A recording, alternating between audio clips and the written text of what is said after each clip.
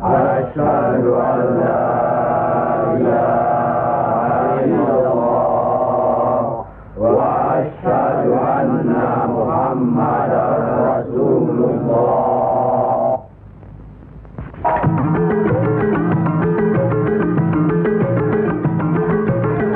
Dia mengatakan uzakkirukumullah fi ahli baiti, uzakkirukumullah fi ahli baiti, uzakkirukumullah fi ahli baiti. Aku ingatkan kalian ya, aku ingatkan kalian lah terkait dengan keluargaku. Hati-hati, mereka keluargaku, mereka cucuku. Dan Nabi SAW berkali-kali mengatakan, aku ini adalah manusia biasa sama seperti kalian.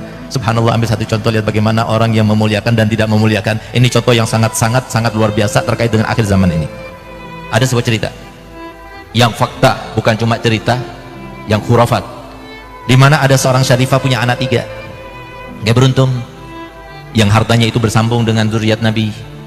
Beruntung mereka yang mempunyai perhatian kepada zuriat Nabi. Nabi SAW sendiri bersabda dalam hadisnya, man sona'a ma'rufan li bani Abdul Muttalib walam yujazihi fa ana ujazihi yaumal qiyamah. Barang siapa yang melakukan suatu kebaikan bagi bani Abdul Muttalib, siapa sekarang? Ya para habaib ini, cucunya Nabi, maka aku nanti membalasnya pada hari kiamat. Subhanallah, ini ada cerita, tapi jangan ditiru. Ada Habib memang nggak punya dia, tapi dia malu mau minta-minta. Dan sifat Habib yang paling kental, sifatnya orang Quraisy itu begini, merendah kepada orang, paling anti. Kalau semua ada Habib yang seperti itu, terkontaminasi. Itu Habib yang terlumuri, itu namanya. Kalau Habib yang asli enggak. Coba lihat bagaimana orang Quraisy. Kenapa sih orang Quraisy itu kalau jalan itu harus pakai budak? Kenapa? Karena takut sampai jatuh sesuatu barang, dia nggak mau menunduk, itu nggak mau. Dia perintahkan itu yang namanya budaknya, ya kalau jatuh sesuatu yang nggak berharga, walaupun yang jatuh itu satu karung isinya dinaran, ribuan dinar, nggak diambil sama dia, diambil oleh budaknya. Dari saking merasa nggak mau merendahkan diri di depan orang. Itu sifat daripada habaib yang asli. Subhanallah, bagaimana Nabi kita Muhammad SAW kemudian mengajarkan kepada kita untuk menghormat, memuliakan mereka, sampai lihat bagaimana perhatian Nabi kepada mereka. Ini sambil contoh, ambil pelajaran tapi jangan diambil contohnya. Ada orang habaib, dia nggak mau minta-minta, apalagi sampai nipu-nipu, nggak mau. Tapi apa? Dia mau makan, dia berusaha kerja nggak dapat uang, dia cari kerjaan nggak dapat kerja, sementara dia dan keluarganya harus makan.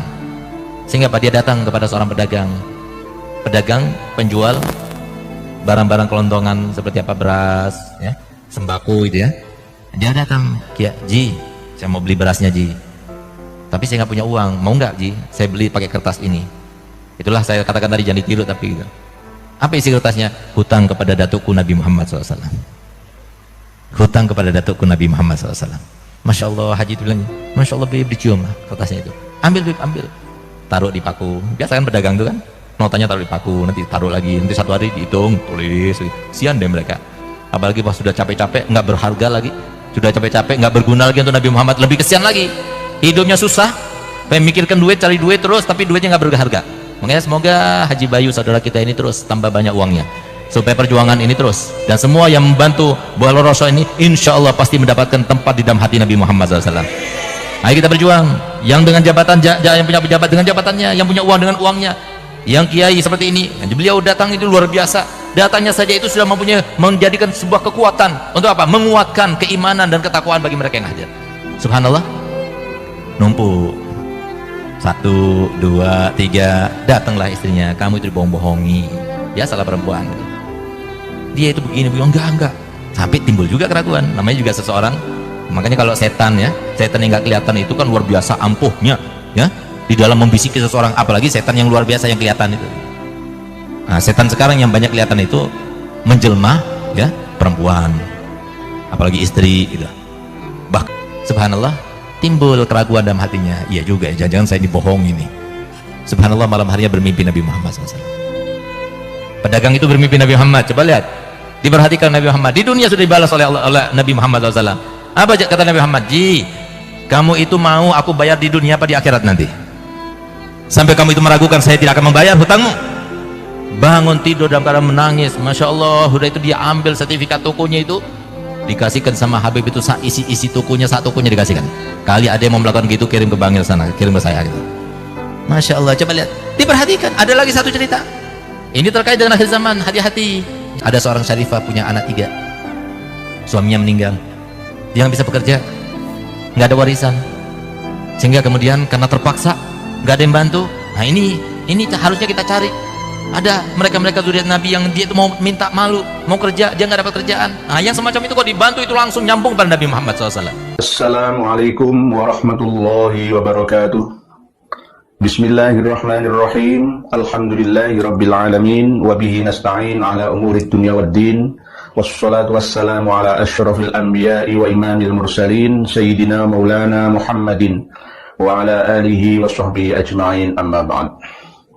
Saudara-saudariku semuanya, dari lintas agama, lintas suku bangsa yang sangat-sangat kami hormati, kami muliakan, kami banggakan, dimanapun dan kapanpun, beserta keluarga panjenengan semua, semoga senantiasa mendapatkan rahmah, ma'unah, salamah, barokah dari Allah Subhanahu wa Ta'ala, hidup di dunia dengan keadaan melimpah, berkah rezeki panjenengan semua untuk bekal ibadah, serta diberikan oleh Allah keturunan yang salih dan salihah, dzurriatan thayyibah, dianugerahi oleh Allah keluarga yang sakinah, mawaddah, warahmah, diberikan maunah oleh Allah hasanah fid dunya hatal akhirah.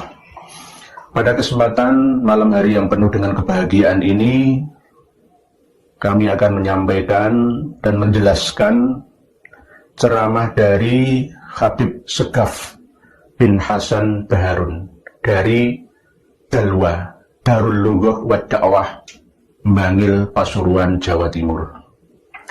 Telah panjenengan semua simak bersama bahwa apa yang beliau sampaikan ini jelas sebuah doktrin yang sangat-sangat membahayakan, melebihi bahayanya radikalisme dalam beragama. Namun ini nampak halus di permukaan saja, karena sekelas rektor Institut Agama Islam Dalwa menyampaikan ceramah dengan kualitas seperti itu, terus bagaimana nanti mahasiswa-mahasiswinya, anak didik santrinya, di saat Indonesia sedang bersaing dengan dunia internasional dalam hal pangan, ilmu dan teknologi, namun apa yang diterima oleh santri dan mahasiswa mereka dari IAI Dalwa, dari rektornya, dari dosennya, dari ustadz-ustadzahnya seperti itu, terus bagaimana nasib anak bangsa 20, 30, 40, 50 tahun yang akan datang? Di China, teknologi pertanian begitu pesat majunya. Di Israel, Jordania, teknologi pertanian dengan mesin dan alat-alat canggih yang lainnya. Bahkan Israel mampu merubah energi surya matahari menjadi energi listrik, angin dikelola menjadi air, sehingga gurun pasir tandus di Ethiopia bisa menjadi tanah lahan yang subur, menghasilkan berbagai macam buah dan sayur-sayuran. Di Ethiopia sekarang tidak lagi seperti dulu kala, sekarang makmur dengan sentuhan tangan-tangan orang Israel. Di Amerika, di Eropa, semua teknologi pertanian sangat-sangat canggih digalakkan karena pemuda-pemudanya siap menjadi petani modern, menjadi petani yang berkualitas. Di sisi yang lain, di negeri kita yang agraris ini, justru malah anak bangsa dididik dengan didikan yang kurang mengglobal, alias hanya lingkup lokal, hanya mengulek mengurusi masalah agama saja, sehingga ini membahayakan. Apalagi doktrin dalam beragama itu mengarah kepada pemahaman yang sempit, memahami agama dari sudut pandang yang sempit dan sekaligus sulit untuk dijalankan. Yang notabene mahasiswa, santri itu belum cukup usia, belum matang 40 tahun umurnya. Jadi ketika dikasih amalan, misalkan amalan membaca sholawat busyra misalkan, atau amalan-amalan yang lain misalkan, apalagi dengan doktrin-doktrin penyesatan, maka otak kanan kiri ini tidak bisa berkembang, IQ-nya tidak jalan. Afala ta'qilun, afala tatafakkarun, fa'tabiru ya ulil albab, ini tidak difungsikan. Oleh sebab itu, saya menuntut kepada semua generasi muda, baik santri ataupun mahasiswa, mahasiswi, santriwati, murid, dimanapun panjenengan berada, adik-adikku, jadilah manusia yang anfa'uhum linnas, tidak hanya untuk lingkup agama saja, tapi juga untuk semuanya. Fid dunya hasanah, wa fil akhirah juga hasanah. Dalam hidup berbangsa dan bernegara tidak cukup hanya sekedar beragama saja. Karena jika kita tidak mampu bersaing dengan dunia luar, maka kita akan menjadi bangsa yang fakir.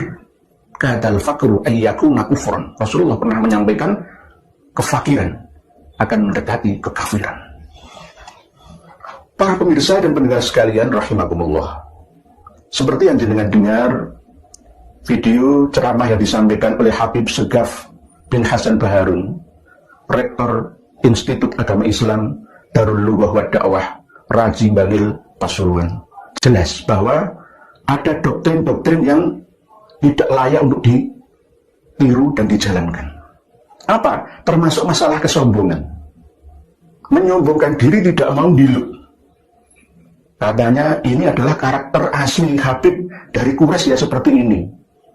Berarti jika kalau ada Habib atau Syarifah ya yang menundukkan dirinya di hadapan orang lain, andap asor, andap asor. Berarti kehabibannya sudah terkontaminasi, sudah tidak bersih lagi. Ini kata beliau. Ini sangat berbahaya. Para Habib dengan doktrinnya, Syarifah dengan doktrinnya akan merasuk sebagai kasta tertinggi yang mulia.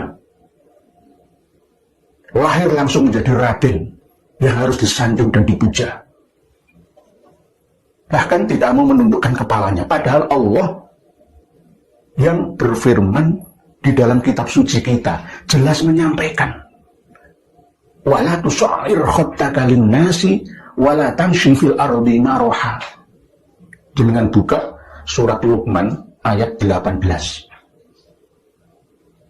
Dari rangkaian pesan-pesannya Luqman kepada anaknya, ya bunaya, yang ayat 18 ini beliau Luqman berwasiat, wala tusa'ir khattaka linnasi wala tamshi fil ardi maraha. Dan janganlah kamu memalingkan wajah dari manusia melengos. Bahasa Jawanya melengos karena sombong. Apa itu? Dan janganlah berjalan di muka bumi dengan angkuh. Innallaha la yuhibbu kulla mukhtalin fakhur. Sungguh Allah tidak menyukai orang-orang yang sombong dan membanggakan diri. Membanggakan dirinya sebagai ras tertinggi paling mulia, wajib dipuja dan dipuji sebagai cucu Nabi, sebagai ahlul bait Nabi, padahal omong kosong. Hanya doktrin saja dari kalangan Ba'alawinya sendiri. Sekali lagi, jangan terkecoh dan terbodohi dengan doktrin ini. Wahai umat Islam Indonesia, jadilah kalian manusia yang merdeka dalam berpikir dan bertindak, di mana dan kapan saja. Bergurulah dengan selain Habib, bergurulah kepada kiai-kiai, ustadz-ustadz lokal itu, wong-wong desa itu, tidak harus dengan saya. Saya hanya memprakarsainya saja, saya hanya menunjukkan saja. Bahaya, itu sangat bahaya. Katanya yang dikaji di dalam pondok pesantren beliau Habib Segaf bin Hasan Baharun adalah Al-Quran, hadis, ijma' dan qiyas. Tapi Al-Quran tidak dijalankan. Firman Allah jelas. Surat Luqman ayat 18. Bahkan banyak lagi ayat-ayat yang lain selain surat Luqman. Wala tusa'ir khattaka linnasi wala tamshi fil ardi maraha. Innallaha la yuhibbu kulla mukhtalin fakhur. Dan janganlah kamu memalingkan wajah dari manusia atau orang lain karena sombong. Dan jangan berjalan di muka bumi dengan angkuh, nggak mau niluk, nggak gelem. Katanya tadi kan pantangan bagi Habib itu untuk niluk ngisor. Kalau berjalan itu Habib Quraisy itu asli Quraisy itu harus membawa budak. Kalau ada yang jatuh, ambil, ya gitu. Angkuh, sombong, membanggakan diri berlebihan. Sama seperti kitab Bidayatul Hidayah menjelaskan, yang dinamakan takabur dan sombong itu adalah nazarul abdi ila nafsihi bi'ainil izzi wal isti'adhami, melihat dirinya sendiri dengan keyakinan bahwa saya ini adalah yang mulia, saya ini agung, ya. Dan wa ila ghairihi bi'ainil ihtiqari wa dhulli, melihat orang lain berendah hina, nggak ada apa-apanya, nggak usah dinaikkan, nggak ada ilmunya, kosong. Na'udzubillah summa na'udzubillah. Saya nasihati panjenengan Habib, saya masih manggil Habib loh ya, karena jenengan juga termasuk dai, penganjur agama, ulama, warathatul anbiya. Saya tidak memandang panjenengan Habib Segaf bin Hasan Ba'arun sebagai dzurriyyah Nabi, tapi saya pandang panjenengan sebagai ulama, warathatul anbiya. Tolong kendalikan fatwa-fatwa panjenengan. Lihat akibat dari apa yang jenengan sampaikan ke depan bagi masyarakat dan umat, santri dan mahasiswa panjenengan. Tidak hanya panjenengan, mahasiswa panjenengan, tapi semua umat Islam yang mendengar tausiah panjenengan. Hati-hatilah kawan, hati-hati. Jangan mendoktrin diri sendiri dengan doktrin yang sangat membanggakan diri. Innallaha la yuhibbu kulla mukhtalin fakhur. Sungguh Allah tidak menyukai orang-orang yang sombong dan membanggakan diri. Tidak punyakah pendidikan akhlak di tempat panjenengan? Rasulullah tidak seperti itu. Al-Quran tidak mencontohkan kita untuk berbuat seperti itu. Rasulullah dalam sunnah atau hadisnya juga tidak seperti itu. Di kitab-kitab kuning yang lain, dalam ijma' dan qiyas ulama juga tidak ada yang seperti itu. Terus jenengan melakukan itu bagaimana? Apalagi diceritakan lagi berikutnya, selalu mendoktrin pengikutnya untuk cinta Ahlul Bait. Aku ini Habib, akulah cucu Nabi. Cucu Nabi, nggak ada cucu Nabi. Yang ada itu dzurriyyah Nabi, tidak di Indonesia, di luar negeri sana. Jangan di framing. Oh, nggak percaya sama Imam Mahdi lah nantinya. Imam Mahdi itu siapa? Nanti akan kami bahas pada sesi yang khusus selain pertemuan malam hari ini. Jadi jangan di framing, membolak-balikkan fakta, kebenaran yang saya sampaikan. Katanya tidak suka dengan cucu Nabi. Cucu Nabi itu sudah tidak ada. Tidak ada cucu Nabi itu sekarang, nggak ada. Jangan diulang-ulang lagi. Saya cucu Nabi, nggak ada. Omong kosong, bohong, pendusta, nggak ada itu, nggak ada. Kalau dzurriyyah itu ada, tapi bukan panjenengan. Di Nakoba Mesir sana, di Turki, Aljazair, Maroko sana, di Yordania sana ada, di Suriah ada, di Irak ada, di Yaman sebagian ada. Oleh sebab itu, ketika masih dalam status quo seperti ini, jangan mengaku-ngaku sebagai cucu Nabi sebelum ada ingkrah keputusan. Banyak sekali nakoba-nakoba luar negeri yang tidak mengakui Ba'alawi. Dan bahkan saya punya data terbaru dari Turki yang membatalkan status kesayyid syarifannya Ba'alawi. Mulai dari pengurus Rabithah Alawiyah, bahkan sampai Sayyid Said Aqil Sirot juga dibatalkan karena mengikuti Ba'alawi. Kalau Al-Hasani mungkin lolos sampai ke Maroko, tapi kalau melalui Ba'alawi jelas gagal. Saya punya datanya, saya simpan di perpustakaan saya. Oleh sebab itu hati-hatilah kalau ceramah. Jangan sombong, tundukkanlah kepala, terimalah kebenaran dari siapa saja. Isma' wa ati' walau min Abdil Habasyi, dengarkan, taatilah kebenaran itu walaupun keluar dari mulut kroco, coro, curut, iblis, anjing, babi. Seperti saya ini. Mohon maaf, Kang Mas Habib Segaf bin Hasan Ba'arun, Rektor IAI Dalwa. Mohon maaf apabila ada yang kurang berkenan dalam nasihat saya. Dan sesi pertama yang telah saya sampaikan, dan insya Allah akan kita lanjut pada sesi yang kedua. Wallahu a'lam bishawab. Akhirul kalam. Wassalamualaikum warahmatullahi wabarakatuh.